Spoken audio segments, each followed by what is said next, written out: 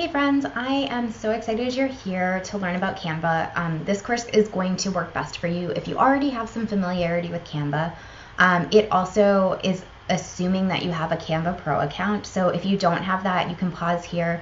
There's an affiliate link to my Canva Pro affiliate.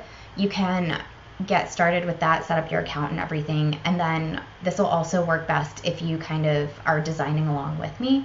So I encourage you to open up Canva, get into it. Pause this if you need to and come back to it when you're ready, and then we will get started. So if you are ready, I'm going to teach you how to just set this up as a design workflow. And for me, what that means is before you ever get started with anything, and because you're using your brand as a system, and if you don't have a brand, don't worry, I'm going to show you some ways to kind of get around that and things that I recommend to get started with. You're going to set up all your tools before you ever get started. And so for me, that means you're going to set up your brand kit, you're going to set up asset folders, you're going to set up image folders and patterns if you need that. And you're going to have that all ready to go before you ever start designing anything. And so first what we're going to do is we are actually going to set up our brand kit.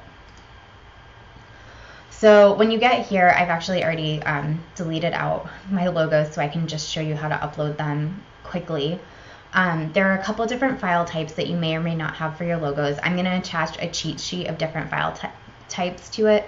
If you're working in Canva and if you have the opportunity, say you've worked with a designer before or something, I highly recommend using SVG files. That stands for Scalable Vector Graphics. They are really nice to use in Canva because guess what? They will change colors for you within Canva. Otherwise, you're going to be replacing the image of your logo with each color variation that you need. So that's what I'm going to do now. Let's see. I think this one.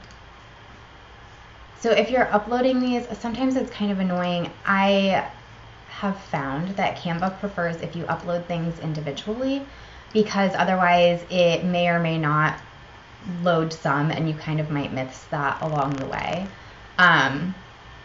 So this is kind of, yes, it's annoying, but I feel like this is kind of like that best practice.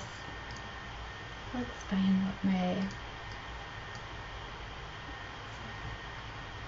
okay, so we have everything I need to get started. So I have my full logo, my submark, my icon, and then a couple different things that we can use. It's trying to be helpful in pulling in brand colors for me. I don't need to do that because I'm going to set up a custom palette down here. And so what I'm going to do is I'm going to take my hex colors and I'm going to go ahead and add in all the hex codes for all my different color palettes. So hopefully if you've worked with a designer, you can go ahead and pull hex codes. If you need to and you're on your own website, for example, say lindsay.williamsdesign.com, I have this handy Google Chrome extension, the color picker, and I will put a link to this too, so you can go ahead and pick a color from the page, and it'll show you the RGB and the hex codes of those different parts of the images. So that can be a helpful way if you have something there. If you have RGB or CMYK codes, you can go ahead and just Google RGB to hex, for example, and then you can type in your RGBs and it'll spit out a hex code. You can do the same with CMYKs. I don't have a specific program that I use to do it. I just Google it if I'm in a bind. So I would just recommend doing that. So you're going to set up your main color palette with your hex codes. You can set up a sub palette if you want to.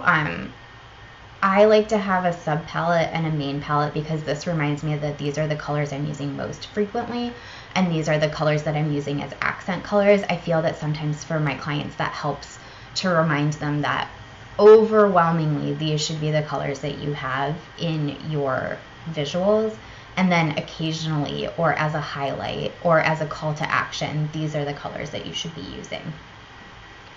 I also have branded fonts. So I have paid for a desktop license for this. I used Creative Market. I trust Creative Market and my fonts for fonts because I might be dating myself here, but free like hacked fonts are kind of like LimeWire or Napster. Like they're not great most of the time. They're probably going to junk up your computer. I've legitimately had huge issues with a font that kind of hijacked my system fonts on my computer and it kept crashing everything. It took 3 weeks and a whole lot of frustrated people at Apple to fix it.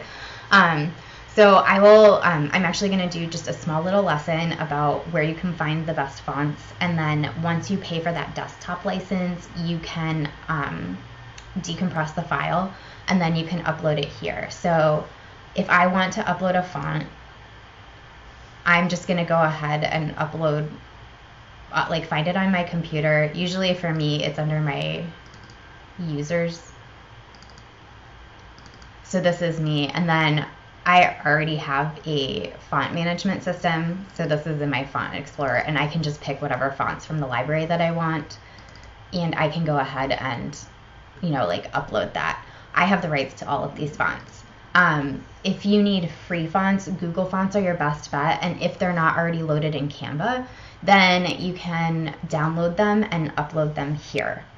So sometimes that'll be a good bet if you look in Canva and maybe they only have one weight. Like for example, I use multiple weights. I use all the weights and all the italics of my fonts when I am designing. And so if they only have one weight, it might be a good idea to go to Google Fonts and download that. And then you can upload that in this space. So this kind of gets your brand kit set up. And you can title it. You can now do multiple brand kits. So this is Lindsay Williams Design.